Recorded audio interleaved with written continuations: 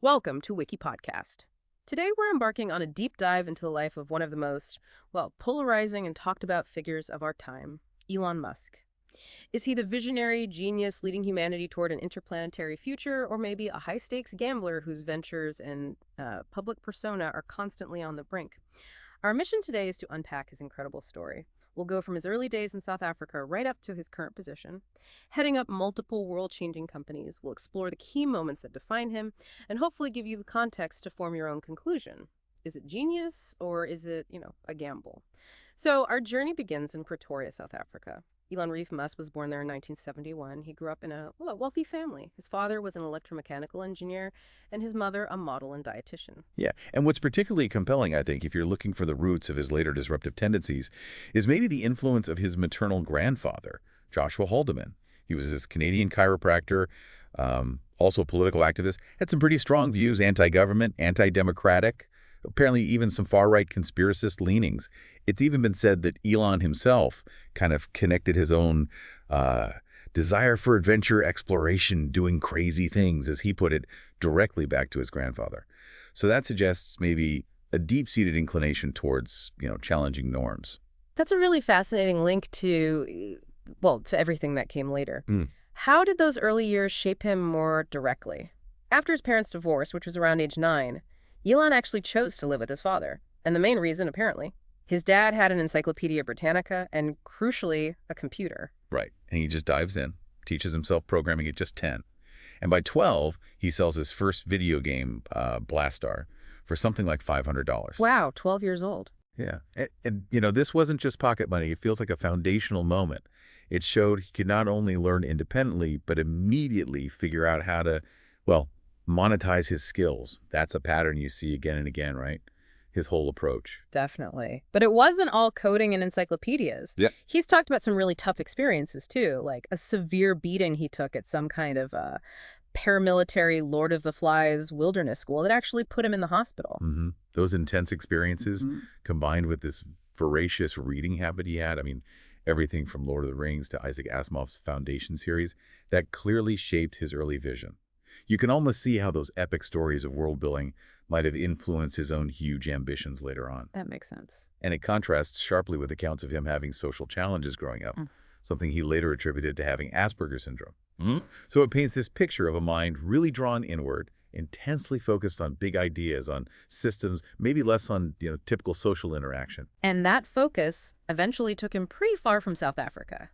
In 1989, he moved to Canada, got citizenship through his mother, partly to avoid South Africa's mandatory military service at the time. Right.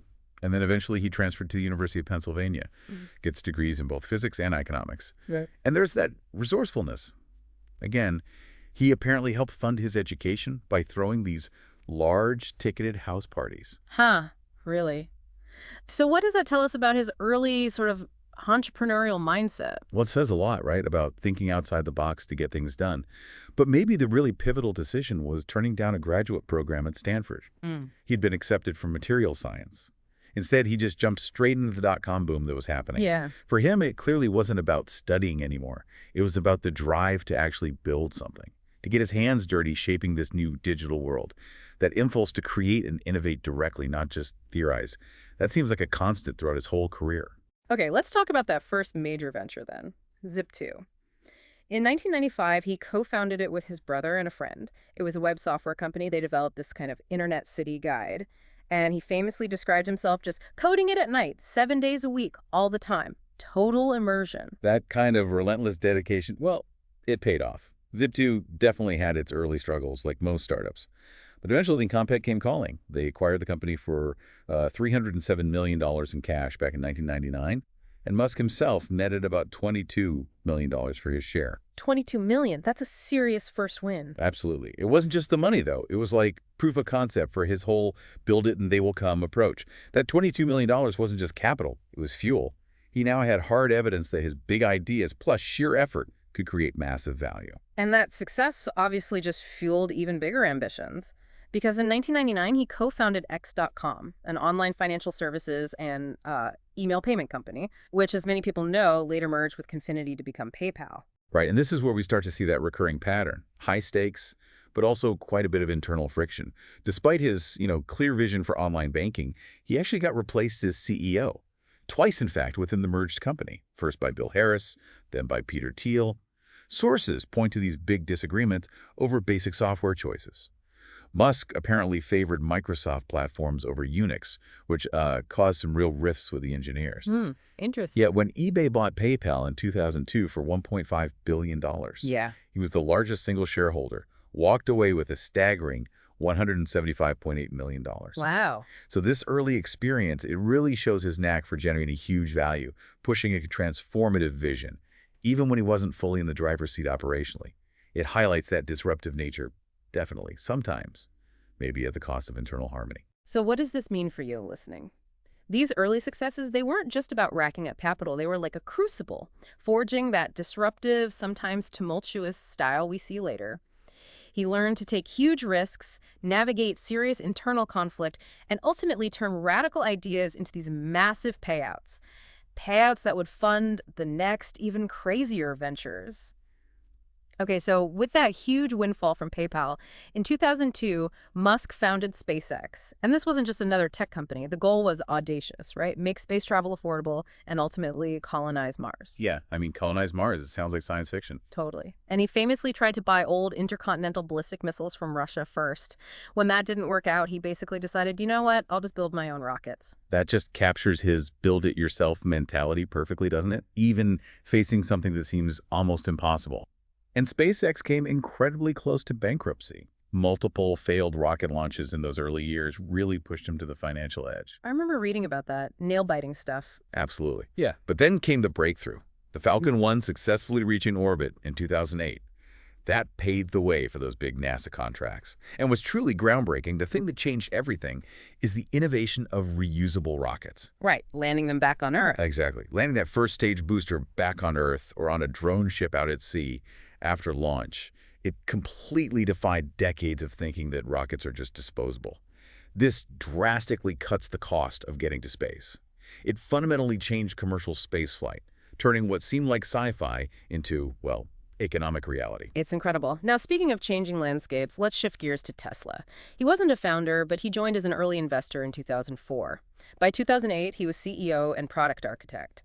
And under his leadership, Tesla went from this niche electric sports car maker to a global leader, pumping out popular models like the Model S, Model 3, and yeah, eventually the Cybertruck. Tesla's rise has been, well, meteoric is probably the right word. It hit a $1 trillion market cap, got into the S&P 500. For a while, it was the most valuable car maker in the world by far. But it's more than just cars, isn't it? Oh, absolutely. The market wasn't just valuing it as a car company. It was valuing it as a software company, an energy storage company, an AI disruptor, a totally different model than, say, Ford or GM. It really showcases his ability to blend that visionary engineering ambition with the nitty-gritty of mass production and wrap it all in a really powerful brand story. And beyond these two giants, SpaceX and Tesla, he didn't stop there. There's Neuralink aiming to, integrate the human brain with AI? Essentially, yes. Implanting these tiny thread-like electrodes directly into the brain. The idea is to read neural activity, maybe restore lost functions, maybe even enable direct communication with computers. It's truly frontier stuff. And the Boring Company, digging tunnels. Yeah, building underground tunnels to try and beat urban traffic. Again, a very physical, infrastructure-based solution to a common problem. So when you look at the sheer scale of it all, colonizing Mars, brain-computer interfaces, revolutionizing transport, what does that tell us about what drives him? It's hard to say definitively, but the ambition is just enormous. It transcends typical business goals. But, with great ambition comes complexity. With Neuralink, for example, the animal testing phase unfortunately led to the deaths of some monkeys.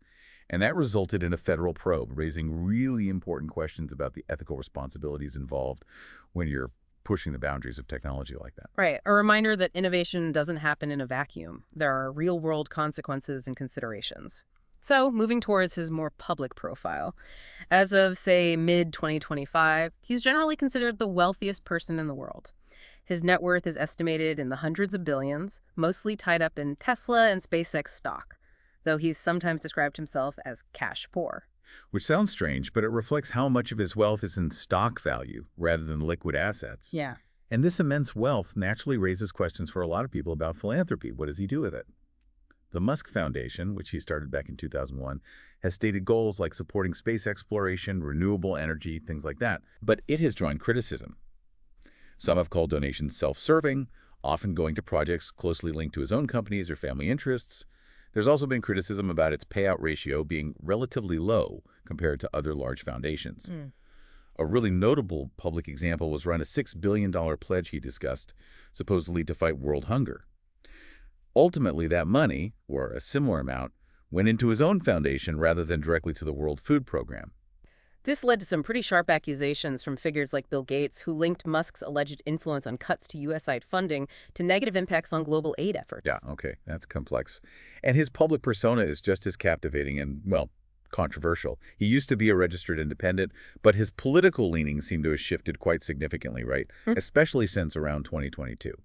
Moving towards supporting Republican and even far-right figures, he became a pretty vocal and financial backer of Donald Trump. Yes, and that period saw him discussed for what was described as a kind of de facto role, head of a proposed Department of Government Efficiency, or DOGE, in a potential second Trump administration.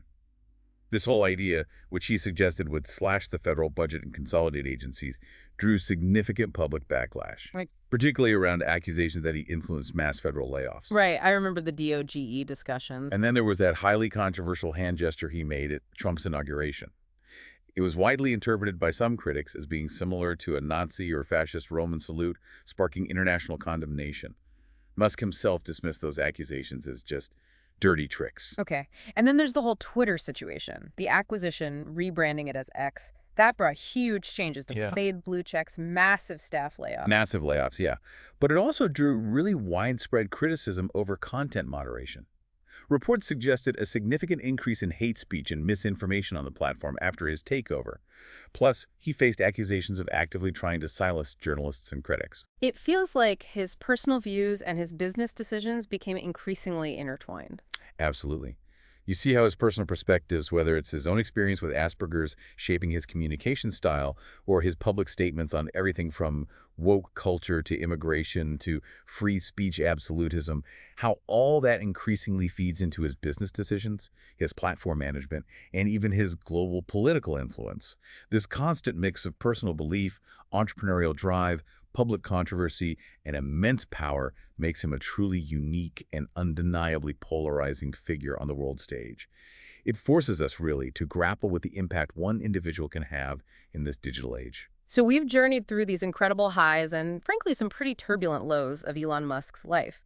We've traced his path from that young programmer in South Africa with huge dreams to this titan of industry and, yes, a very polarizing public figure. He has undeniably shaped our world. I mean, whether it's through electric vehicles changing how we think about cars, or commercial spaceflight becoming a reality, or even just altering the platform where so many global conversations happen.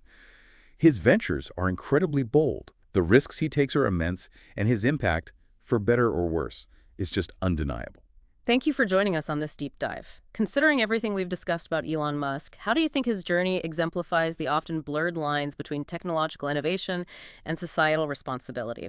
We genuinely love to hear your thoughts in the comments. If you enjoyed this deep dive, please subscribe to the channel. It really helps more listeners discover our episodes. Thank you, and have an amazing day.